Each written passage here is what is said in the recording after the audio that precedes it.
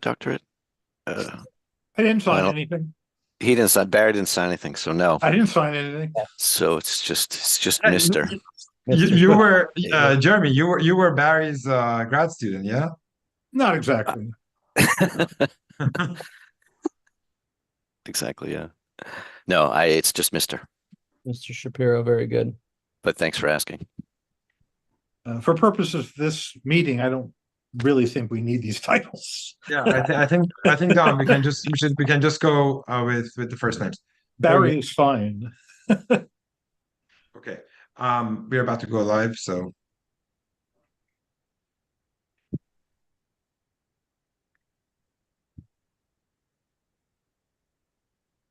okay, we are live, everyone. We're just waiting for people to join the room.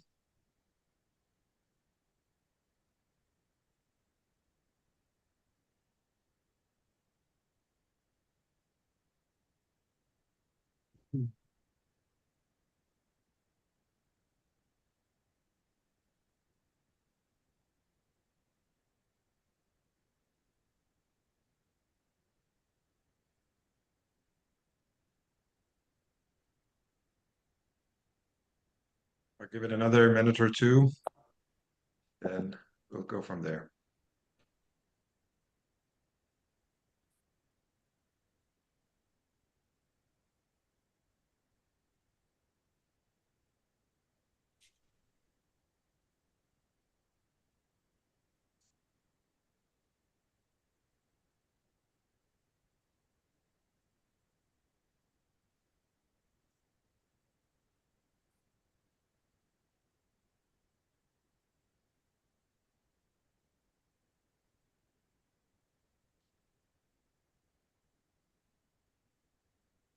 Hello, everyone.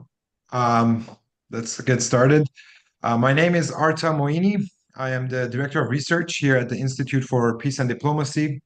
Uh, the Institute for Peace and Diplomacy is a North American foreign affairs think tank, and we are dedicated to diplomacy, promoting free conversations and exchange of ideas, as well as military restraint and holistic approaches and realistic approaches to U.S. foreign policy that puts national interest first and moves away from ideology and starlight idealism. We are here at the tailgate of what is a historic um, week, and no matter how we want to look at the election results, the one issue that's clear is that the American people have been clear that they want change and they don't want business as usual. What is also clear is that global interventionism and hawkish foreign policy has been rejected at the polls, and we have to think through what that would mean. Um, on that note, one of the biggest symbols of American, what some pro or against would call the American empire, is NATO. And the future of NATO is both the cause of trepidation uh, for some in the Trump administration, as well as European allies and partners, as well as others around the world. So the question is, what is going to be the future with NATO, especially with the incoming Trump administration? So today's panel is specially scheduled to think through the question of the future of NATO, as well as what the incoming Trump administration might do and how it might impact the future of NATO, whether it is just to get the Europeans to pay more of their share, or is it more fundamental to change the structure and the permanence of NATO? And in any case, we have an amazing panel for you today. And my colleague, Dominic Sansone, he is the next generation Washington Fellow here with us at IPD America. And I am glad that he will moderate this panel for us. So I will just, without further ado, hand it over to Dom to introduce the panelists and we go from there. Thank you. Thank you, Arta. Yeah, as Arta said, my name is Dominic Sansone. I'm really very excited and honored to get to host this webinar with such distinguished guests at this really historic and monumental moment. Met with hope by a lot, apprehension by others. So yeah, I'd like to introduce the guests and then we'll get going. So we have Dr. Barry Posen, who's a Ford International Professor of Political Science at MIT, Jeremy Shapiro, who's the Research Director at the European Council on Foreign Relations, Dr. Monica Gabriela Bartasovich, I think I got that right, Associate Professor at the Arctic University of Norway, and Dr. Christopher Mott, who's a Washington Fellow here at the Institute for Peace and Diplomacy. So going off of what Artis said, the webinar is Today Ukraine, Tomorrow the World, NATO as the Lynchpin of the American Empire. So looking at that as that kind of transition, hopefully, of NATO from something like an ideological institution to maybe taking on a different role in a shifting geopolitical environment, particularly in regard to the rise of multipolarity, whether NATO will be able to adjust if it will continue to be relevant, or if other types of regional organizations will have to rise up in its place as it becomes less relevant. So we've had a recent piece at IPD by Dr. Christopher Mott here called NATO, the Guardrail of Globalism, which discusses this. And whether or not you agree with the thesis, I think everybody has to admit that it is an exceptional title. So starting off, I'd like to hand it over to Chris and let him expand upon that a little bit before we go to our other panelists. Right, thanks, Dominic. The point of the piece was to basically state that NATO once had a clearly defined purpose and a clearly defined geography. And it was very much meant to be defensive, and it was meant to be rooted in the North Atlantic and Europe, Western and Central Europe specifically. And then at the end of the Cold War, this kind of very what we might call localized specialty was gradually stripped away, not just through eastward expansion, but also through a kind of pivot to a more ideological conception of what the alliance is. So we went from a pragmatic anti-Soviet, it's very debatable if the Soviet Union ever had expansionistic designs in Europe, of course, but no one knew that at the time, so it was perfectly logical.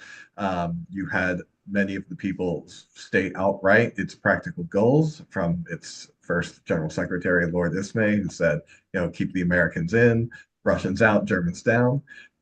Very specific, very focused. Starting in the 1990s, you have this pivot towards expansionism, both in terms of its self-perception as a kind of a political engineering project, and also as a goal in itself. So you have NATO forces, even if not officially under the alliance, being deployed in conjunction in the Yugoslav wars. Eventually, in the War on Terror, Article 5, the Defense Clause, attack on one is an attack on all, is invoked in 9/11. And then you have NATO forces effectively deployed to Afghanistan. This rapidly goes from a counterterrorism mission into a nation-building mission, which was not at all under the perimeters of Article 5 whatsoever. And then, of course, you have, although this is not, I don't believe, officially a NATO operation, you have many NATO countries working together to topple the government in Libya in 2011.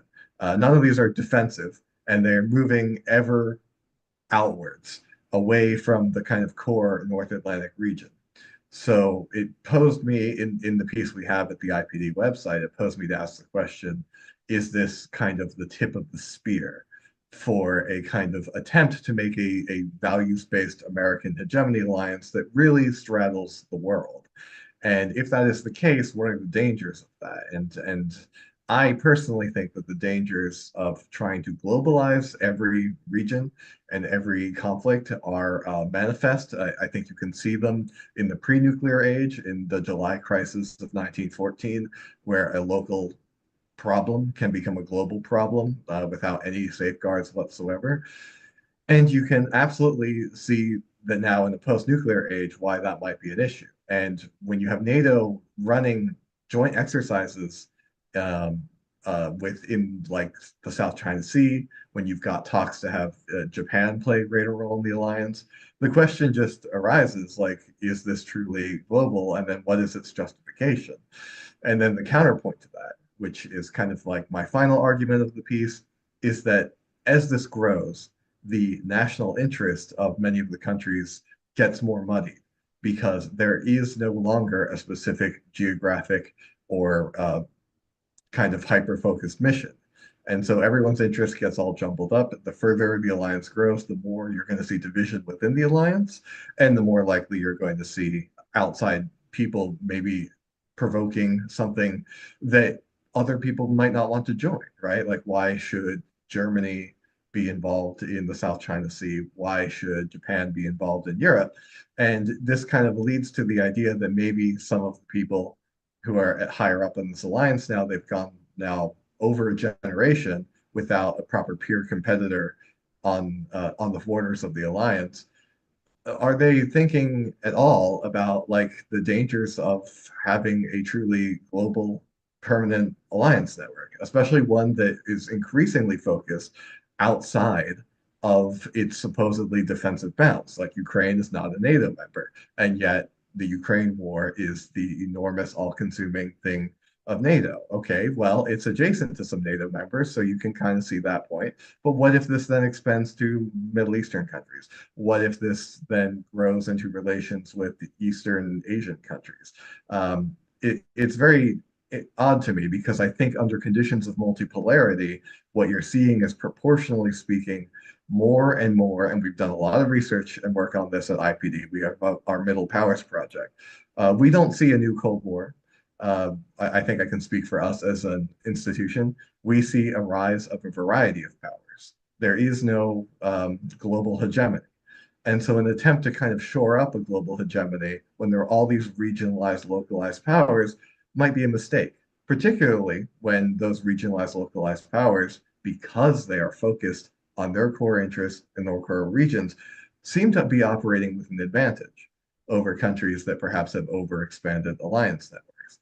And so they can more effectively wield power politics in their specific regions than a kind of distant, ever expanding alliance network whose logistics are growing ever longer and who is made up of mostly post-industrial countries who simply cannot make the arms and ammunition as of now that some other countries do.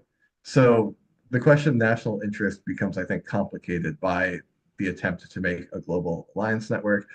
And it also muddies the waters of the fact that alliances, as we know, are not permanent mergers. They're usually temporary. There's very few examples of something like the Anglo-Portuguese alliance that lasts for centuries, and very many examples of shorter term things. So the bigger you grow, the more internal contradictions emerge. Meanwhile, outside of the alliance, I think people, many rival middle powers, perhaps rival superpowers like China, have a much more pragmatic concept and are much more willing to focus on different regions in different ways rather than to globalize their grand strategy. I would say that this might give them an advantage. That's basically the core points of the paper. Thank you so much, Chris. Excellent. If we could go to Barry, I'd like to hear what you think on the topic as well, and maybe a response to Chris as well, if that's acceptable. Right. Hopefully I got rid of that vibration. I mean, did I? Is the vibration you heard gone? Oh yeah, I think so. Yeah. Yeah, good. I closed the window. So since this is a short talk, I won't spend a lot of time foreshadowing or anything. I'll just make some observations. In 2003, I was living in Brussels studying the European Union security and defense policy. And I went to a meeting at the decrepit old NATO headquarters, now closed. And it was full of, NATO luminaries wringing their hands about NATO's future and what was going to happen and how bad everything was going to be.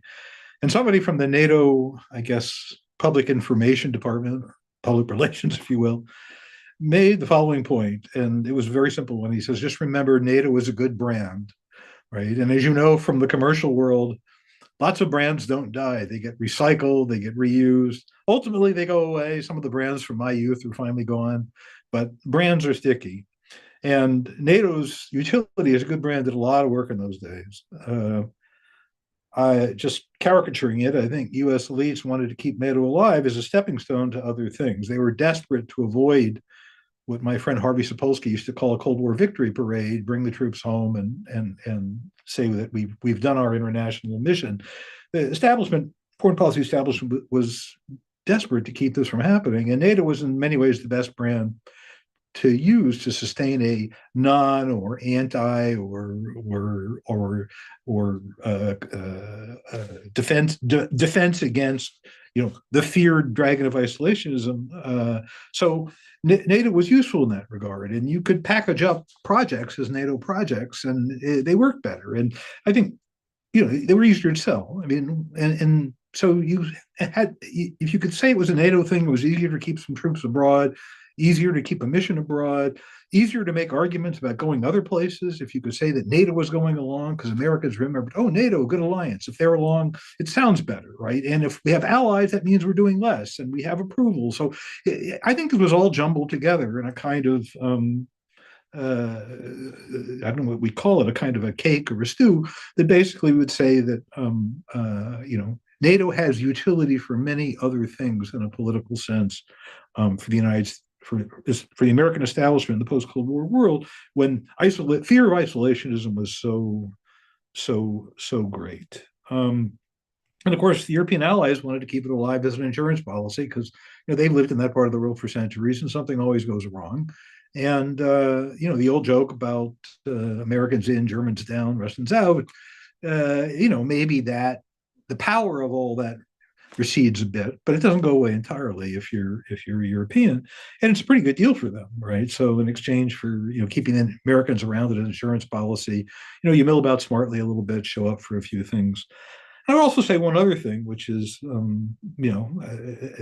European foreign policy and defense establishments not entirely naive themselves.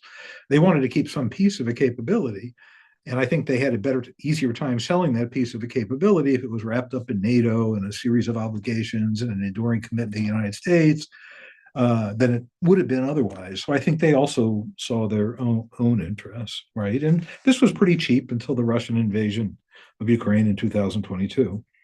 I think in many ways the attraction as a good brand is gone. It was alluded. One of the reasons why we're sort of in a mood here is because it seems like maybe the brand had no utility at all at the recent election. There are people who are adept at torturing public opinion polls in the United States into producing some sort of affirmative case for NATO. Americans like it or prefer it or support it or whatever. But I don't really believe those polls anymore. I think they're punched up by the way the questions are asked. And as far as the brand is concerned, I think the brand is in decline. My joke here is, who remembers Life magazine? I remember Life magazine as a magazine most people don't. Now, I think the brand works better in Europe, if only because Vladimir Putin has simplified NATO's purpose back in the first instance to external defense against the Russians.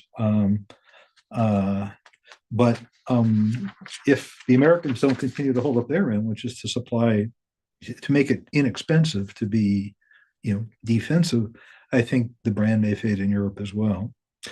Be that as it may, Europe needs some sort of security institution to manage a bumptious Russia and to manage ferment and trouble in North Africa and the Middle East.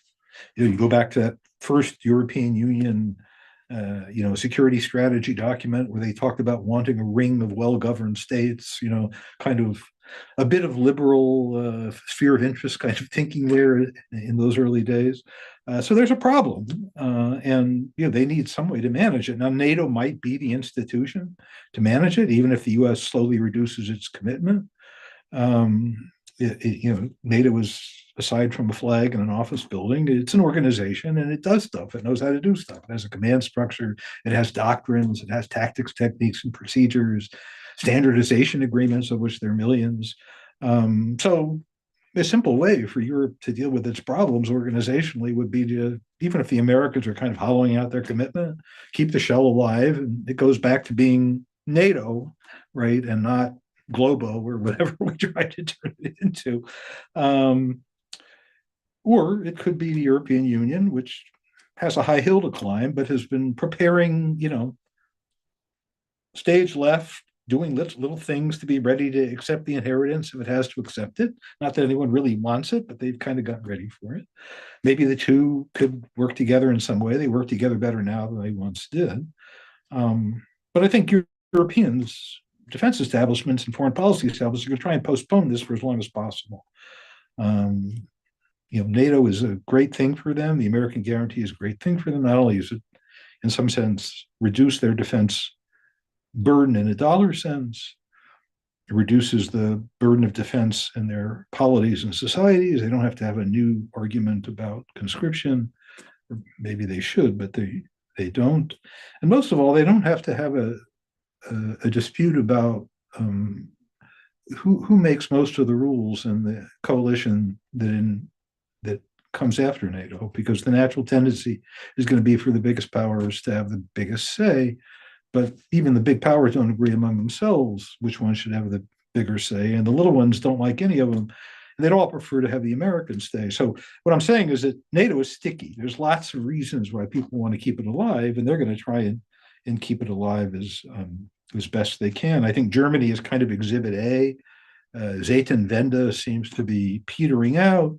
If you look at the big commitments they made to start, they were two big commitments that were really made to make the Americans happy as much as to solve any problem. Arrow was really buying a lobby in the United States, the Arrow air defense system. It's not really right in any sense for Germany. It was engineered for a much smaller piece of real estate. But it buys you into a whole, the Israel lobby, the defense lobby, and then the other is the F-35, which again buys you into the American defense lobby and also buys you into this little nuclear cult in NATO, because the F-35 is really the German nuclear force. That's what it's for. It's not really for anything else. It's to make good on their future commitment to tactical nuclear weapons. This is all about throwing your arms around NATO, throwing your arms around the Americans, trying to make sure that this is the outcome. I think it's a high risk kind of strategy. They think it's a low risk strategy, or they wouldn't be doing it. So it's either incredibly clever because they're pretty sure it's going to work, or it's incredibly naive because they're pretty sure it's going to work. Right? So one or the other. And then finally, and I'll be done here. So the other way the Europeans are trying to hold America's interest is what was mentioned earlier about going global and the Pacific and all the rest of it. But the material facts of the case are that Europe has not much military power to commit to the Pacific. They can do things symbolically that make the Americans feel good, make other people feel good, but it's a long ride to the Pacific, and anything they do in the Pacific costs vastly more in terms of sort of how much mileage it puts on the aircraft, and how much mileage it puts on the ship, and how much time it diverts the troops.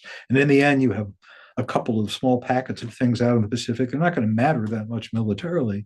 It just makes the Americans feel good. Maybe it makes some of the Asians feel good. And maybe that's enough.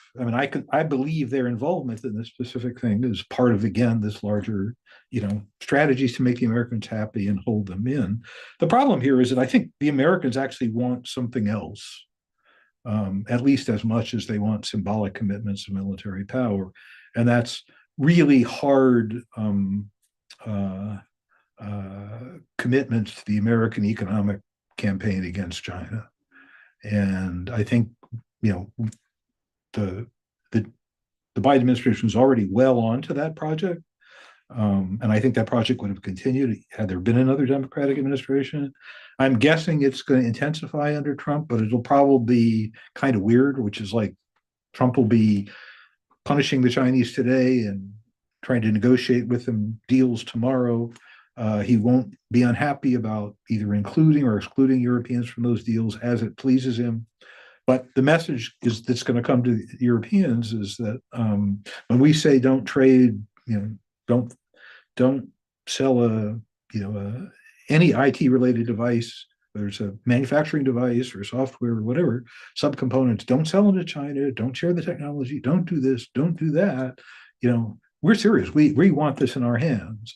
And whether or not that trade is one that Europeans will be willing to make on an open-ended basis, added to the caprice with which the demands are now going to be made, I think is an open question. This could be quite problematically for NATO, and it raises the cost of being in the alliance. And the question is, can that be hidden from European publics?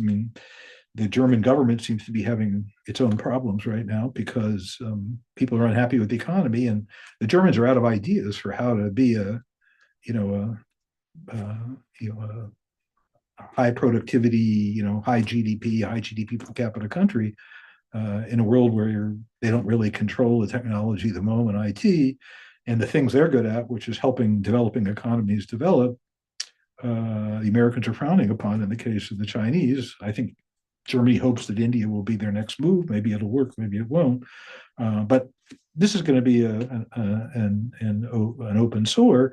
And I guess the final thing we all understand is that the U.S. establishment seems to believe that the problem of containing China and managing Iran and North Korea is a big problem, military problem in its own right. Managing Russia adds to it. The hawks are out demanding gigantic but unspecified increases in what's already $1 trillion defense budget. Trump has a lot of projects, doesn't want to raise taxes, a lot of borrowing involved. Are we just going to keep putting it all on the MasterCard to make good on our idea that NATO is a great thing and we should do whatever it takes to keep it alive? Or are we going to see the Americans, especially this administration, scratching their heads and saying, you guys are rich, why don't you hold up your end? Which is another possible source of trouble. With that, I'll stop. Right. Thank you so much, Barry. That was excellent. All right, we'll go up to see what the view is like from Norway with Monica. Thank you. I guess our answer to the leading question, whether or not NATO is a linchpin, or at least a critical instrument in terms of furthering the global American empire, is positive. The only difference that we have is whether that instrument is a stick or a carrot. And we've had views for both and arguments for both. Now, my answer to this is going to be it's neither. And what it is an addictive, at least from the European perspective. In the best case, it's a vodka. In a worst case scenario, it's very akin to fentanyl. And I'm sure that I don't have to explain to American public what that means for the end user. And why would I say that? Let me explain. This week, my research group organized its annual event that was a conference, international, and then this year we met under the theme of emergent threats. And basically, it doesn't matter which kind of threats we discussed. The answer to all those issues on the horizon, potential, imagined, perhaps real, was but NATO.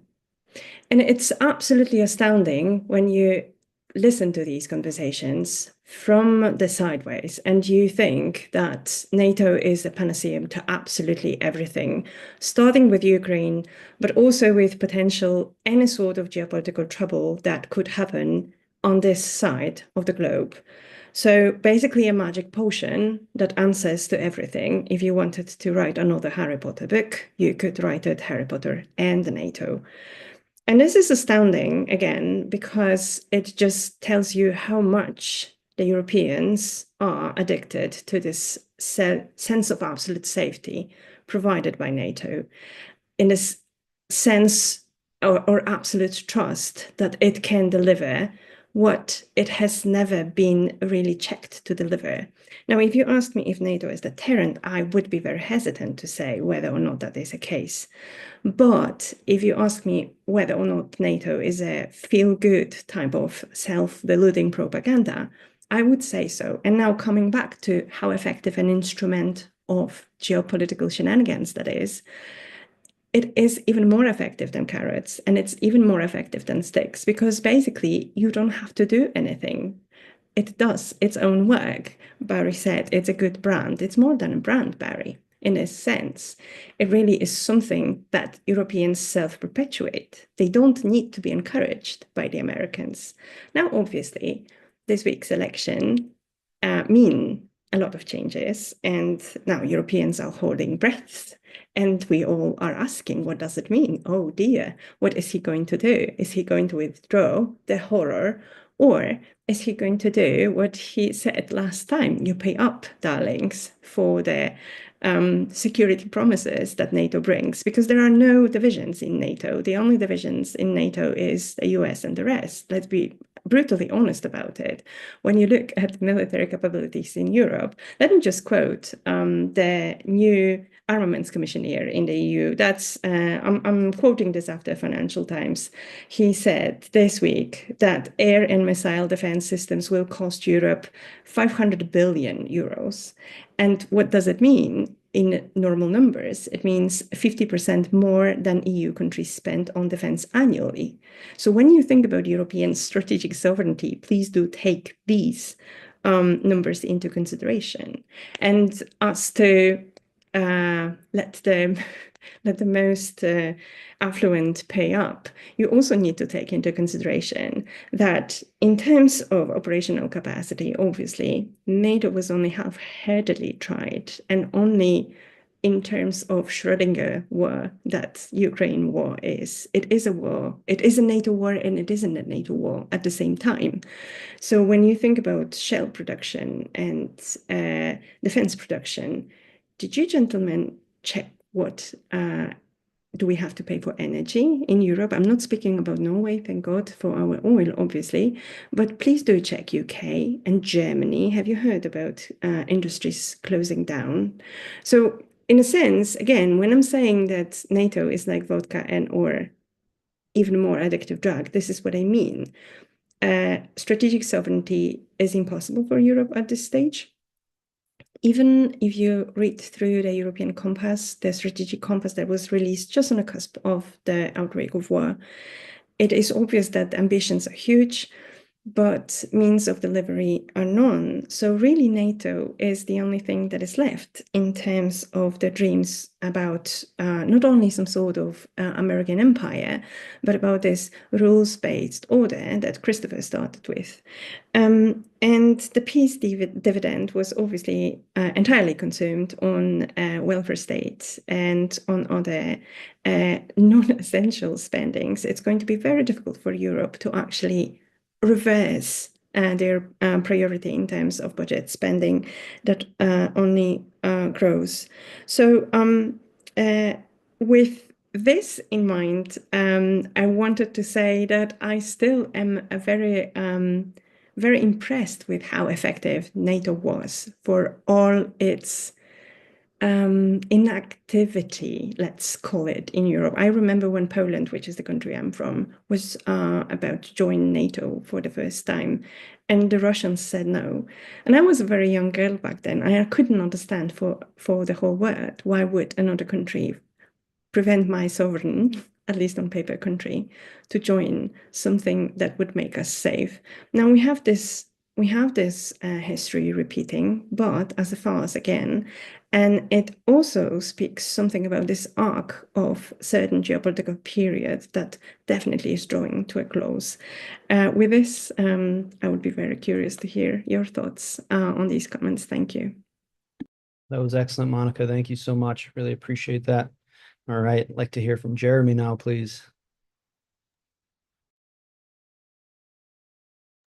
Thank you. I feel like most of what I wanted to say has been said.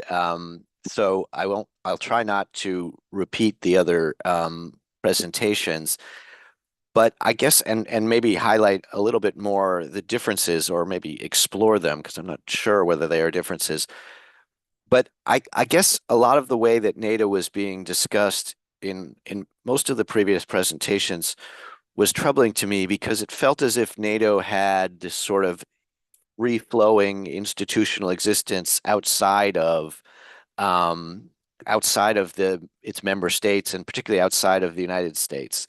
And I mean, it's true, as Barry said, that there is a headquarters and there's all of these regulations and things, but very fundamentally, NATO is the exchange that everybody has described. Basically, it's the Europeans get protection on the cheap, and the Americans get an instrument of global leadership. And NATO is the crown jewel, the best institutional expression of the U.S. effort at a system of alliances that supports U.S. global leadership, but it's only one of them. There are many other alliances, and the U.S. already has a global system of alliances that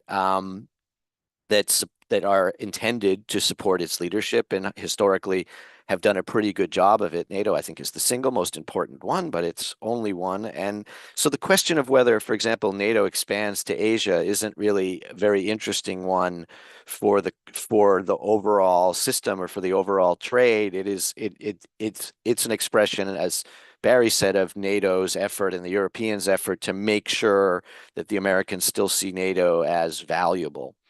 Um, the to me, the core question for the future of NATO is whether this trade continues to work. And that's, of course, and whether, the Europeans recognize, I guess, that they're on fentanyl. I don't know, I'd have gone with crack.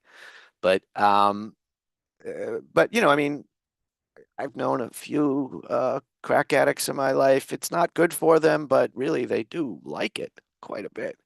And they can go for quite a long time.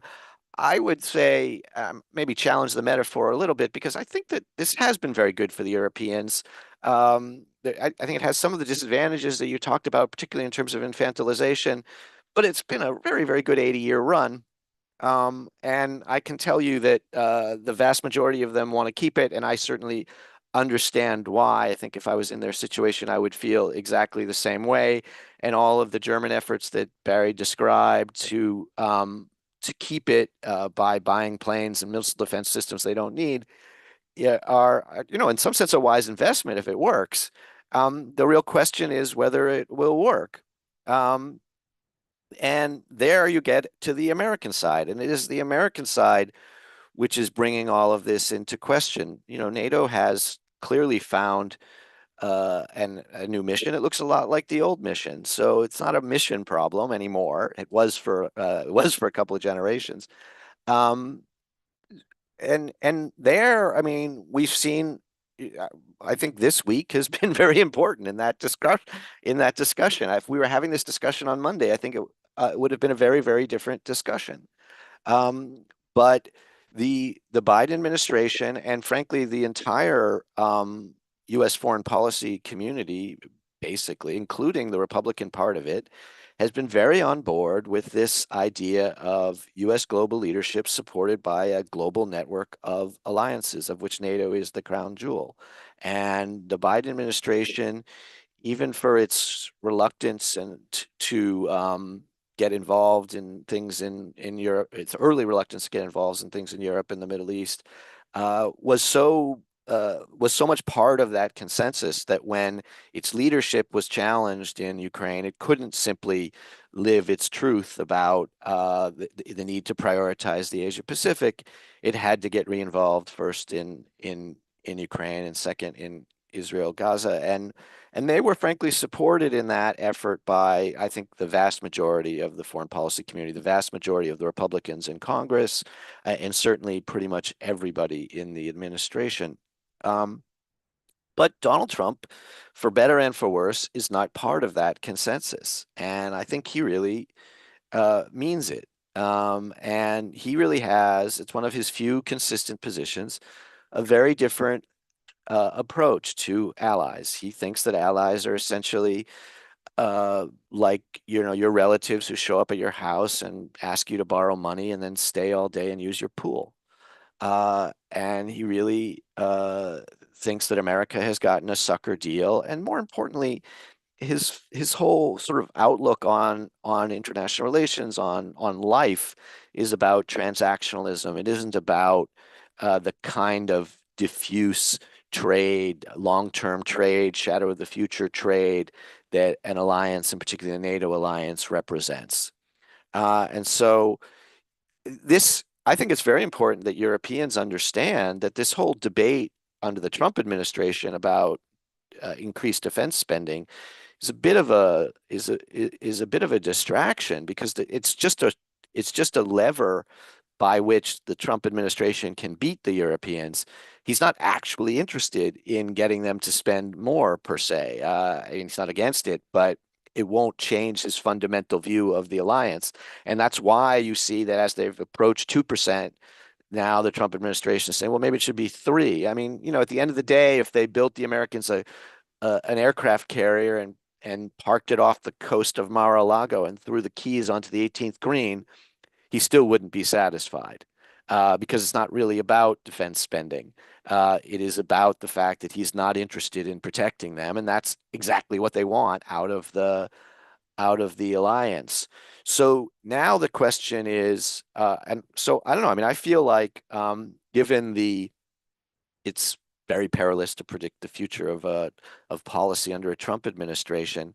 But I do feel like in a sort of Trump unleashed administration, which it seems like we're going to get, the idea that the American part of this bargain will continue, or that anyone in Moscow, in Beijing, in Berlin, or anywhere will believe that it's continuing, and therefore the deterrent value will be still strong, I think it's just not on. And this doesn't necessarily mean that the Americans leave NATO. I mean, NATO is after all fundamentally, if you think about the trade I talked about, just the promise that the Americans will defend you. If nobody believes that promise, then NATO already doesn't exist. It's not really important whether there are still people buzzing around in the headquarters having meetings. And so it seems to me that that's what's happening. It's only been a few days, but I think that Europeans are broadly speaking aware of that. There is still sort of a rearguard action among many countries, well, a lot of countries, to try to hope that it's not true. But I think that they are, so there's a fair amount of denial, but I think that they are also, there is a broad movement to also try to do something about it. And there we get into the problems that Monica already outlined, that they are not remotely ready to do anything about it. And that on a sort of best timeline, this is a 5 to 10 year project. And that assumes that they could actually find the sort of political consensus and will to even start it. I think, I think that Vladimir Putin has done a pretty good job of trying to get them to start it. Trump did an okay job in his first term. I think he'll do a better job. But I guess if I've learned anything about European politics, it's that just because something is necessary, it doesn't mean that it will happen. And I think that what we're going to be seeing is emerge in Europe over the next few years, assuming that Trump goes the way that I said he will, is a sort of post-American politics for the first time, in which they really have to confront these issues and figure out whether they have the sort of political consensus, whether they have the institutions, and whether they have the political will to devote the resources necessary to actually replace the American commitment to Europe. I don't know what the outcome of that is, but it's important to note that it's not necessary. It doesn't necessarily, if they fail to do that, it doesn't necessarily mean that Europe ceases to exist, but it does mean that the nature of their defenses are weak enough that they essentially become geopolitical bystanders, which is, I think, something you have. I guess that's kind of the best case, which is something you're sort of already seeing. That that Europe is really not playing at all in the Middle Eastern war that is, kind of a lot nearer to them than it is to Beijing or to Washington. And they're not playing much of a role in the Ukraine war and may well play a lesser role going forward. And that gets me to my final point, which is I think that the indicator of this for Europeans will be how the Trump administration handles the Ukraine war. And if they follow at all the president-elect's promises to basically wind that up effectively on Russian terms to create a sort of Yalta-type peace with the Ukrainians, I think that's something that could be accomplished. But if it is, it will be an unmistakable signal to the Europeans that there is no more American protection. And then it will at least be interesting to see how they respond, because I think the possibility of denial will be over. Excellent. Thank you, Jeremy. So it seems that America has these fentanyl and or crack addicted relatives hanging out in their pool all day. I prefer And crack. crack or fentanyl, maybe both. But so it seems America, at least one prospect under the Trump administration is that we're going to get these relatives out of the pool. We're going to slap them around, get them sober, and tell them that they need to get jobs. As Monica said, whether that's realistic in the immediate term, you look at something like industrial capacity and shell production, some of the domestic politics within European countries. I suppose I wanted to go to Chris, but I'd like to hear from everybody. What happens at that nexus there where ideology meets concrete fact? Europe is not currently able to put itself on its feet, but you have an American establishment, or that's very much committed, at least on paper, still to this transatlantic alliance. So, Chris, again, I wanted to go to you first, but how do you see that playing out actually? Can these structural challenges be overcome to actually, initiate some type of real change, or do things just continue as they always have continued? I think they absolutely can be overcome, but I think Monica's completely right to say that they cannot be overcome immediately. There's definitely going to be a time period, and if there isn't significant enough pressure put on policymakers to make changes, then that time period will drag and drag and drag because it's easier to go with the flow. So some degree of emergency needs to be inserted into it. But absolutely, I think that we are looking at a transitional period rather than a clean break with anything. The fact is, I think that this is just rooted in material reality. It's not even primarily a question of right or wrong or anything like that. It really is a question of straight up capacity. NATO was built in a time when the United States was half of the world's industrial output and over half of its economic output. It was very easy for it to provide security guarantees to whoever it wanted to. This is no longer true. The percentage of the world's economy is significantly less than it used to be, and the percentage of industrial output by the US is even less than that. And then, of course, you have many of these European countries that they have maybe they're higher in global GDP than they were back then, but their industrial output is also much lower. So the reindustrialization is, of course, necessary. But it's going to have to be done on a case-by-case basis, and people are going to fixate on different industries when they do so, which kind of proves the point that I don't think this could be entirely globalized, right? Except for maybe the United States acting as a distant coordinator. But the fact of the matter is, it is objectively a multipolar world. This means that there will be not just differences in development models or redevelopment models, but also differences in political values, differences in political systems. This is how world history has functioned for 99.9% of world history. So this is not exactly a weird thing. We are leaving the weird period. We are re-entering the normal period.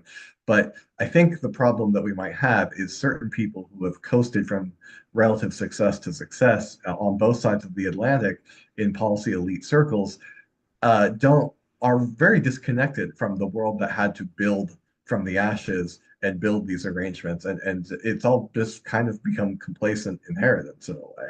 So there is going to speed things up. You're going to have to be able to shake people who may in fact be true ideologues.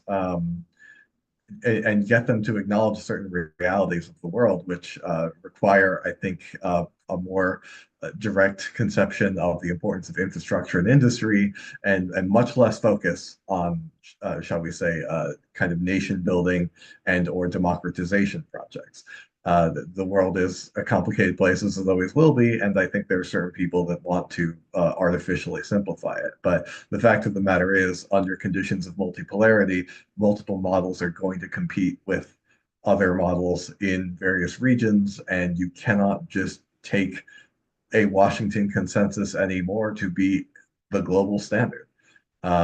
Especially under, and this I think ties to divergent interests with alliance members, right? The U.S. has become insanely addicted to sanctioning people all across the world. And I think this is a huge error because it has undermined many U.S. allies. It has caused people to look for alternative ways to trade with people. You need only look at Indian foreign policy towards Russia since the outbreak of the Ukraine war to see this in action. And people are going to look for alternatives if you force everyone to the same standard. And I think right now, if we want to pivot to a world where there is more decentralized responsibility and more capability for various nations that get along with each other, it has to be accepted that there needs to be more freedom for these countries to choose their international economic policies and arrangements with trade with other countries. Great. Yeah, that makes me think, Barry, I'd like to hear what you think about that, if that seems possible, how that might unfold. And also on Jeremy's point, just about whether, this trade continues now, specifically with the United States, maybe, looking to make some significant changes. Back to your point as well about how Europe might try to postpone that through various things like getting involved or agreeing to aid the United States, perhaps in other parts of the world. If you think that is something that will really happen, and if it will, how that would actually look in actual international relations. Well, we can't, as Jeremy said, making predictions at this moment. This is a bit sporting.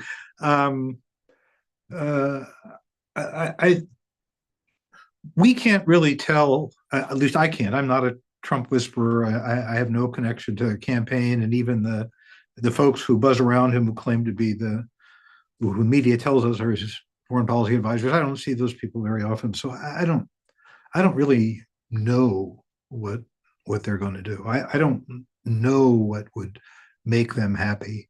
What I think what we can say is that Trump really wants to see a bigger effort, right? He said that a lot. He wants to see a bigger effort. In other words, the joke, we keep making the same joke about the vodka and the pool and everything else, right?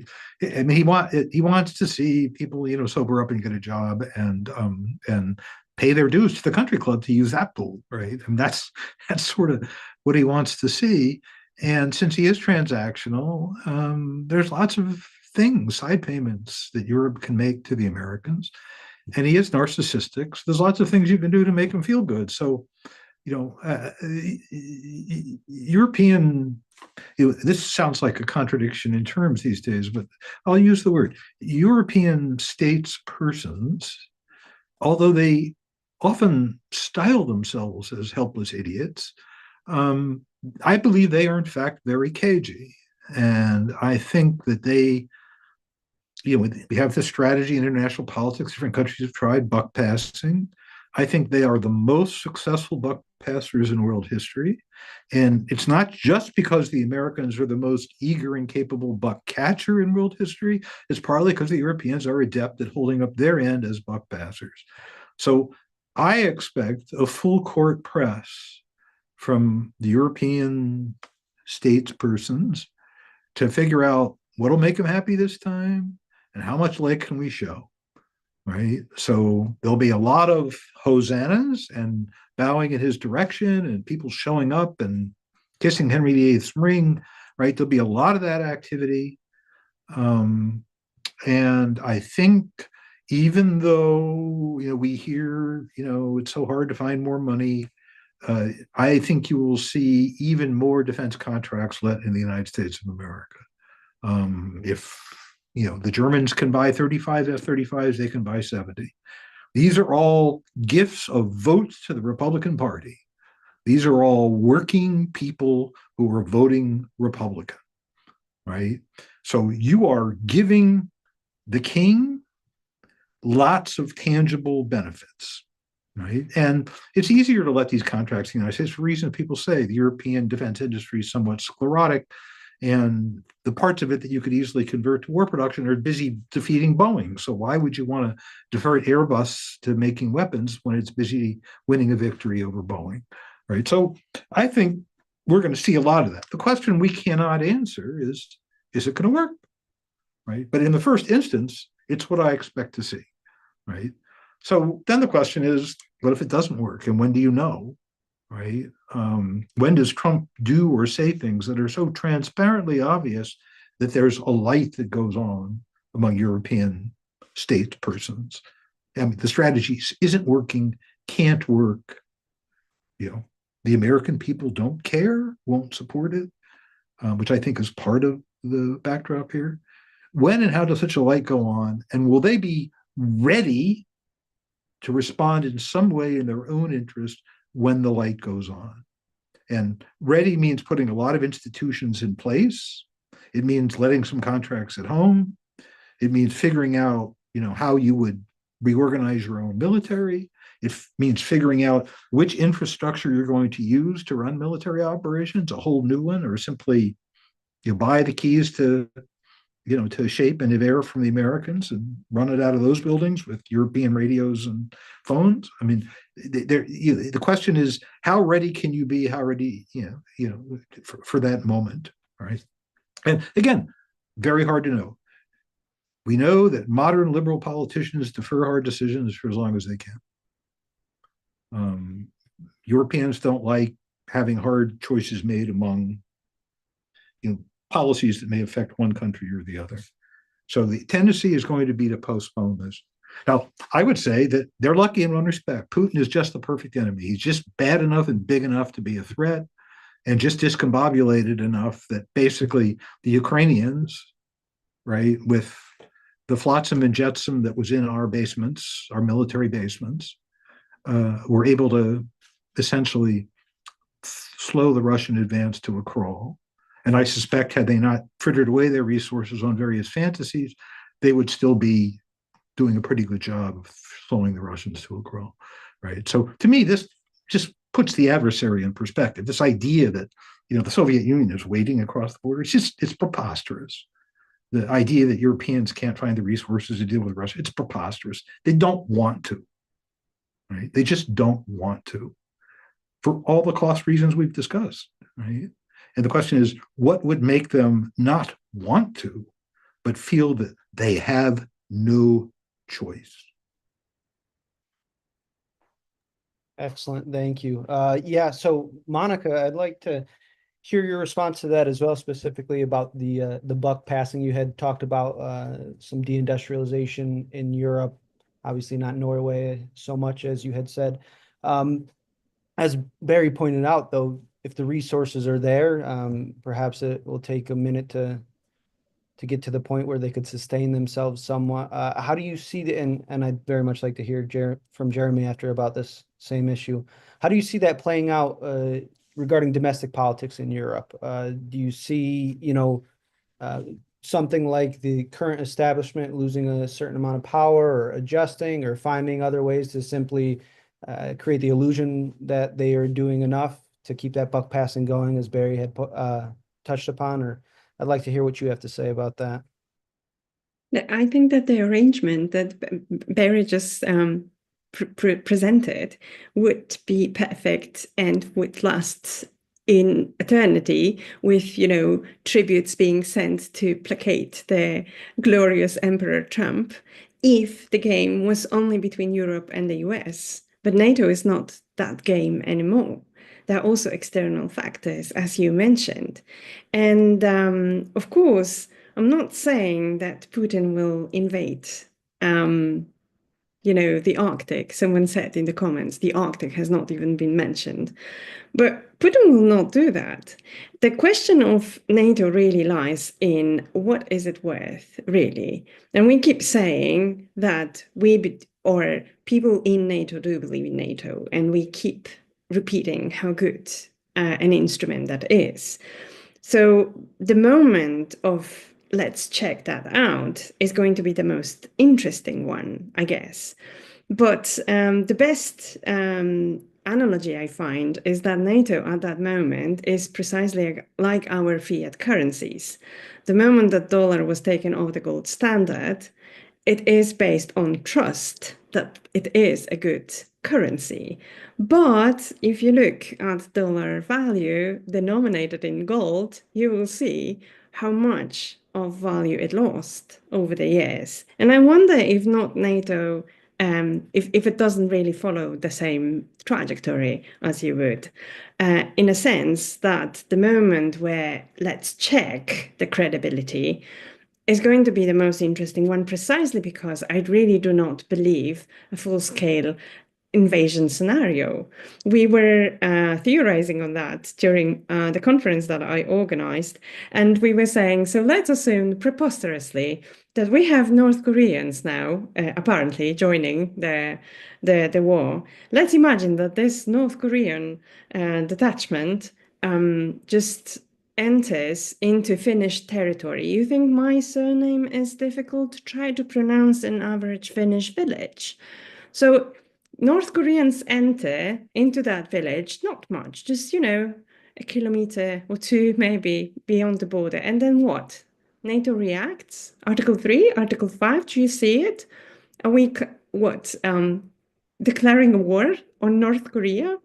So these kind of scenarios are the hybrid, as you would, are the most seriously considered, at least here up in the high north, because this is what we see, and we've seen already happening under different guises. The first one was obviously, there were cut satellite cables, there were weaponized migration bouts, and so on and so forth. And in many of that cases, NATO is either going to do nothing or be completely useless. So again, the question for me is, how long will we trust? And it is very useful, again, coming back to being addicted to that feeling of trust, to that feeling of security, that everything is fine because NATO, that I do wonder myself, where is that breaking point? I don't know, to be honest. I'm not going to be giving any prophecies in that regard. Just very briefly, that Europe is going to have to do something that is obvious. I was actually listening to Barry with kind of like, I like when someone talks about European leaders with this admiration. We don't get that often, Barry. Just normally it's entirely different tone. I would like to believe that these people perhaps see further than the next paycheck, but I don't know, I don't know, and I can't see it in Europe's strategic documents either. And this is perhaps something that worries me the most. Excellent. Thank you so much. Yeah, Jeremy, if again, you could respond to the same thing as well. And in addition to that, whether you think The same thing is what? as Monica regarding that issue of trust, if I know you had mentioned that a little bit. Yeah. That's Trust something I'm for it. it's a good thing. I agree. If you think that can continue, and I guess what you think happens if that trust runs out, you think there's something like structural systemic reasons that demand change to this relationship outside of just what is happening right now, say in Ukraine, and in the future as well? I mean, I think I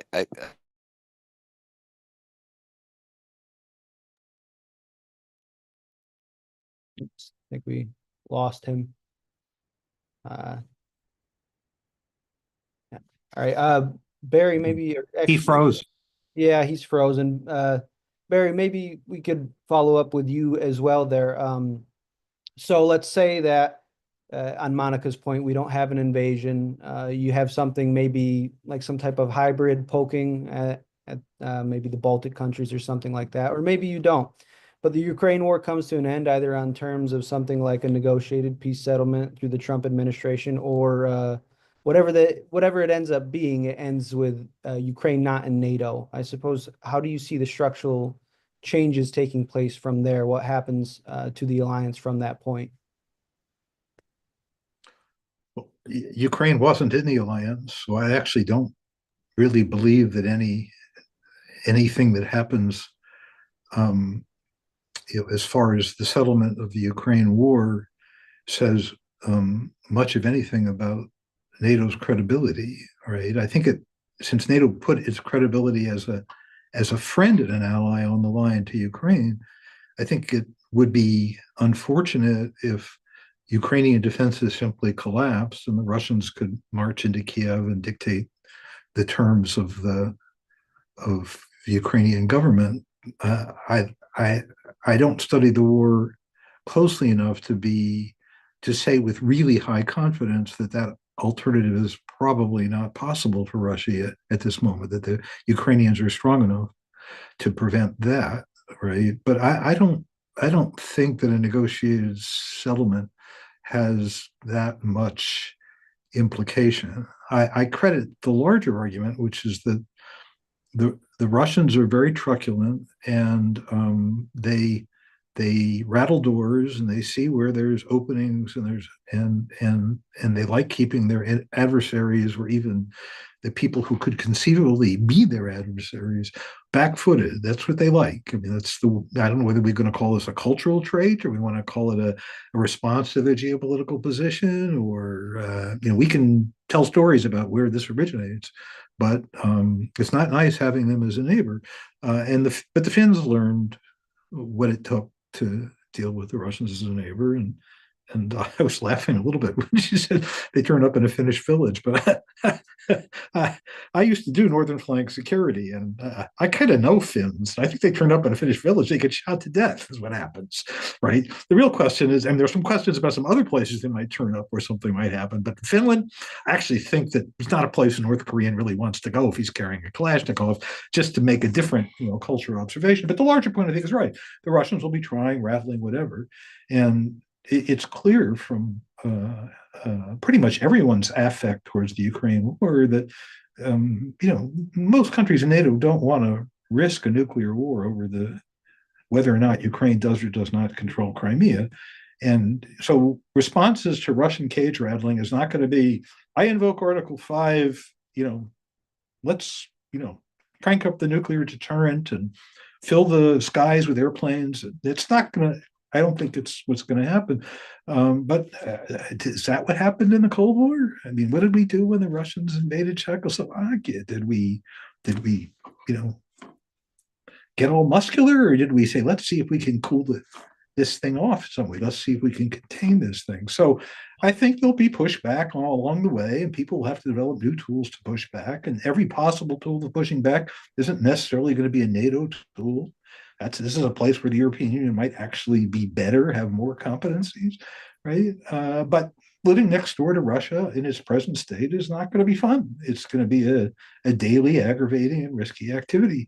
And the question that Europeans have to ask is the one that Jeremy raised at the outset, which is that, and also that I really like the analogy to the dollar, which is, do you still have confidence in the full faith and credit of the U.S. Treasury? Now, gold is not really a good example. What's an example? The example is who holds what security as their reserves. And the thing that's miraculous is that people are willing to hold vast quantities of treasuries as their national financial reserves, and are still willing to do it. There isn't enough. There may not be enough gold in the world. Is this mere confidence, or is there an underlying strength? Are the indignities of having a less credible commitment so awful relative to the possibility of having no commitment, right? Of the Americans being gone, right? So, I'm babbling here, but and finance is not really my thing, but the old joke about the dollar or treasuries and everything else is that it's the prettiest cowboy at the square dance. And if not that, then what? And I think this is the question the Europeans ask themselves. If not this relationship with America, then what? And what doesn't look that great to them compared to a relationship with America, which is why they're willing to tolerate a lot of indignities to keep it going. But if, as with the dollar, if Donald Trump manages to destroy entirely the credibility of American debt, people will dump it. And the same may be true of NATO. Thank you so much. And now that we have Jeremy back, I'd like to go to you and maybe see if you had any potential answers for that question. If not NATO, then what, from the European perspective? In regard specifically to, do you think that, besides the point that we have Europeans who like the present situation for the most part, do you think that NATO as a permanent alliance that seems to increase these various regional blocs, is it advantageous and it should continue as is or should there be something fundamentally different? Oh, from a European perspective, I think as we've been emphasizing, they would like it to continue as it is. The question is really, I think, has been well set up here. Um, can it? And that does reduce to this question of trust in the U.S. support, whether it will really be there at the moment that you need it. And it seems to me that's the question we're trying to puzzle, and that is the question, frankly, in my meetings with European states people, I guess we called them, that they are trying to engage with. And as of now, particularly relative to the alternatives, they are still in the mode, as has been expressed, that they're going to do all that they can to keep it in. But they are already very worried about it. And so perhaps I have a somewhat different opinion as to what could finally undermine the full faith and credit of the U.S. security guarantee.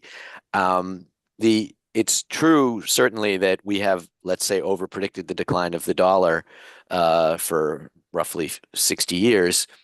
And so this is a very dangerous area.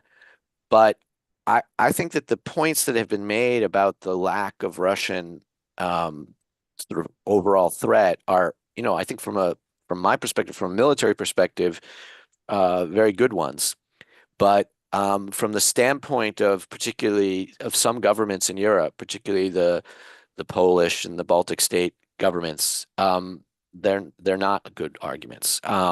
And they really do, I think, genuinely believe in this threat from Russia. So they are not just passingly interested in the full faith and credit of the U.S. security guarantee. It is an absolute for them. It is an absolute existential thing. I think you're right that there are other ways that they probably shouldn't see it that way, but they do. And as I have often said in the Russian context, countries get to determine their own threat perception, and generally speaking, they tend towards paranoia, and that is what we're seeing. So in that context, um, the I think that the way that the Trump administration handles Ukraine could potentially be the sort of currency earthquake that we're talking about for Europeans. I think if you look back to the first Trump administration, you see Europeans really thinking about it in exactly these ways and trying to prepare for the possibility of the breaking of the alliance because they were already quite nervous about it. All of that went away the minute that Joe Biden took the oath of office, and they doubled down on it going away when Vladimir Putin invaded Ukraine. Um, but it is coming back. It coexists with this effort at denialism, but to the extent that Trump, particularly in Ukraine, reveals himself to be what they are afraid he is, I think they will be starting to take different measures to at least prepare hedges, which is what they were starting to do in his first term. That is, as we've discussed, a fairly long-term procedure. And so it can coexist with an effort to try to um, keep the Americans in. But I think that they will be preparing, they could soon start to be preparing these hedges. And there's a couple of different ways of thinking of what they might do, a couple of different alternatives. I sort of think of them as three canonically. The first is they could sort of Europeanize NATO, and this has already been referred to. They could sort of, take over the headquarters, get to be Sakir, and try to use the structures as they are without the Americans, and that's not that's just a sort of convenient institutional expression because it already exists, because the Americans probably won't get in the way, because it has already that good brand name. This is a little bit like that Baby Bell taking over AT&T and then renaming itself to AT&T, and then eventually everyone ever forgot that it wasn't that actually that's not AT&T. This is probably too complicated a corporate history, but trust me on this. And so that's one way. The other way is the EU. The EU looks phenomenally unpromising at this point because it's such a confusing organization. It has a bunch of recalcitrant members and no process for overriding them. Um, and none of the major powers really seem to trust it or want to concede more sovereignty to it. And then the third option is a sort of mini-lateral effort of various groupings, or perhaps overlapping, which strikes me as probably the most promising. And this could feature around a sort of Weimar Triangle, potentially Poland, France, Germany. Doesn't look great at the moment, but in a year or two, possibly it could look a little bit better. They could bring in the UK, or there's other potential groupings. Nordic Baltic is something that is mentioned. So, and given that the Russian threat isn't what it's often stacked up to be, some of these groupings could individually be quite effective for the security problems that these countries believe they have. So, I think that I think they have the potential, if Trump is obnoxious enough, particularly in the Ukraine environment, to start to move toward these things. And I don't think that that is inconsistent with them continuing to try to keep the Americans in, and I don't think it's inconsistent with them experimenting along all three of these lines of sort of institutional expression of their effort to work together on security. Excellent. Thank you. So, Chris, I'd like to hear what you have to say about that. I know you've thought about NATO as less than an ideal organization, obviously, for not only European security, or maybe world security is more accurate. So what do you think, especially as the American people seem to increasingly agree with the Mearsheiman point, improper pronunciation, but the point that NATO's very presence in the world is escalatory and contrary to global security. So what do you think? Do you think that there are some type of different options besides NATO, or one of those three that Jeremy just offered? Which of those would be most likely from your viewpoint? Yeah, I think the third option that Jeremy talked about has a lot of promise. My personal view actually isn't necessarily, as we rightly have said in this discussion, that NATO is not its own thing, right? It's an assemblage, if you will. It fits into a philosophical definition of assemblage theory. It is made up of its constituent parts, and its biggest part is the United States. And my concern with NATO isn't that there's an alliance that exists between these countries. It's, yes, how the alliance has been used in the post-Cold War world, but also that it is, like I said, the tip of the spear of the United States. And it is, I think that NATO makes perfect sense for European countries. I have no objection to European countries having a pan-European alliance. I think that's a great check on Russia. It's good for the balance of power of the world. I just think it's hard to reconcile this with the US, which has much more global interests than most European countries. And I think that the US, a rational self-conception of US interest, is going to be one that prioritizes the Western Hemisphere and the overall global balance of power, and deprioritizes things that don't directly tie into those things. And I these days, Europe isn't on the world stage the center point that it used to be 100 years ago. So some degree of the U.S. perhaps it remains as a logistical coordinator, partners with intelligence, but being the primary mover of European politics, I find this both distorting to the American national interest and, to echo Monica's point, I think in the long term distorting to many European national interests as well. This doesn't mean that we can't be friends, it's just an understanding of prioritization. And I think the issue that would most concern me in all of this is that a very likely possibility for the end of the quote unquote end of the Ukraine war is not a peace deal, or at least a peace deal that is recognized by anyone, especially if it involves territorial annexation. No one wants to be on the line signing off for that, right? I think it's very likely that we're going to see a Korean DMZ style thing where there is a ceasefire and no peace deal. And this would be in a country that is very large and very flat, so very different from the Korean Peninsula here. Very, very long fortified border in what is legally contested territory, internationally speaking. And who knows how long that situation will be there for. Obviously, the Korean DMZ situation has lasted a very long time, right? That would be a huge, if the US was heavily involved in this would be a huge drain in resources for the US position overall. And it also would be a huge problem in European politics. It would be a potential flashpoint for who knows how long, and the number one security concern for the countries that border Ukraine. So that would be my primary concern, and that's what I worry about when we talk about these things. So I would like to see. I have no problem with these regional alliance networks. I just want them to be more regional, and therefore, European Security Pact. That's great. There's an Asian Security Pact. That's fine. How much role the U.S. has in either one, that's up for debate, including myself. I don't have a concrete position on that, but I would just like to see more flexibility and less rigidity, and I think that means giving up the attempt by the U.S. mostly to kind of run everything through its own view of permanent locked-in alliance networks. Excellent, thank you. Monica, I'd like to know if you agree with that as well. Do you think the regionalization, like Chris is discussing, is preferable to the current order right now, the current state of affairs?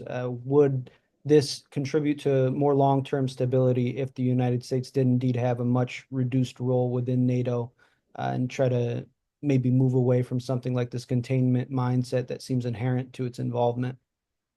But I see two problems here, not necessarily two solutions, though. The first one is that those countries that are genuinely concerned with Russia, the ones that Barry described, most of them, maybe with the exception of Poland, are geopolitical bump stops. I mean, Estonia, Latvia, and Lithuania, if you can find them on a map, in terms of capacities and defense capabilities, are not exactly intimidating, are they? But they are the ones that need NATO the most. And so that's the first problem. What kind of unilateral coalitions are we talking about? And on what kind of foundation? And the second one is that if we were to pursue this avenue, then it seems that from this foundational Americans in, Russians out, we would have to resign from Germans down, yeah, because we would go with the biggest powers. And Germans not down in Europe, well, will that go with everyone? Now we tend, well, I guess Europeans are not only good in buck passing, but also in keeping ourselves in this Kantian garden where everything is nice and dandy and we're all friends. But it does also require a lot of deluding ourselves that we are all equals. So giving precedence and suddenly creating priorities. Now that goes firstly against European founding myth, and then secondly against NATO founding myth. Now, that takes a lot of myth busting, if you ask me. I'm not saying it's not a viable policy option. I'm just saying it's a very brave, a courageous policy option. And as a footnote only, if you remember what happened in the previous Trump presidency, was that in Poland tried to make Fort Trump in Poland. And that was a very neat and also very cool way of anchoring American presence that was tied personally to the Grand Emperor. So I thought that was a neat thing to do. And to be honest, I'm not really that sure it's going to work this time, even if it was tried. So I am full of question marks. I'm sorry, Dominic, here. No, thank you so much. I think we all are. So I believe we're coming to our end here. I'd like to ask one more question specifically to Barry, but then if anybody else would like to contribute as well.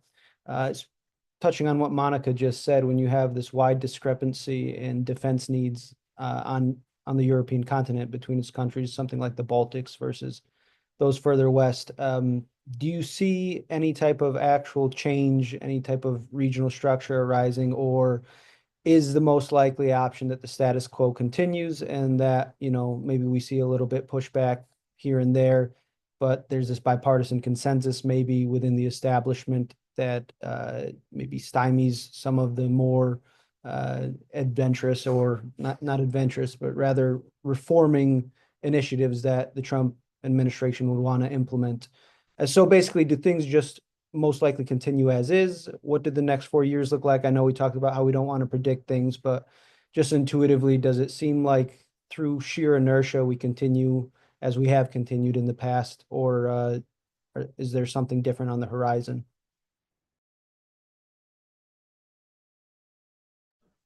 Well, this is the question we've been talking about all the hours, so I have really nothing Solomonic to say about it.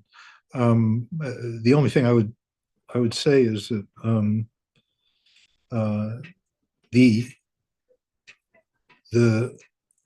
the small and medium countries who have signed up with the West, but who live on the borders of Russia, are a hawkish and America-loving lobby inside NATO and the European Union. But the problem is that the same thing that makes them that way gives them not much power. And the way they try to achieve their interests is by being extremely active in Washington, diplomatically and politically. And the question and the argument they've always made, I think, is basically a liberal international kind of argument. And that argument has worked. And it even worked to build a constituency to bring Ukraine into NATO. That's an argument that I don't think works with the Trump administration. So then the question is, do these countries, can they find a new argument that's going to not only win them some friends in Washington, but the right friends who can resonate? And I'm not sure exactly what they have to put on the table. They had a nice ideological story to put on the table in the past. That is waning in its utility. So you have a hawkish lobby without many cards to play. And I don't know how it's going to sort itself out, but it is going to be something to watch.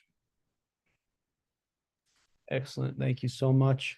I believe that pretty much takes us to the end of our webinar here. I'd like to thank all our panelists. It's been excellent, very informative, and again, at a very interesting time in world affairs. So I'd like to remind everybody that this live stream will be on YouTube. You can find it either at the IPD website or through IPD's YouTube channel or Twitter. So thank you again to everybody, and best regards. Thank you. I'm sure we will all be in for a very interesting anthropological experiment when Annalena Baerbock and Trump meet in person in the near future. There we go. Thanks, guys. Bye, Thank everybody. you for having me. Have a good day. Monica.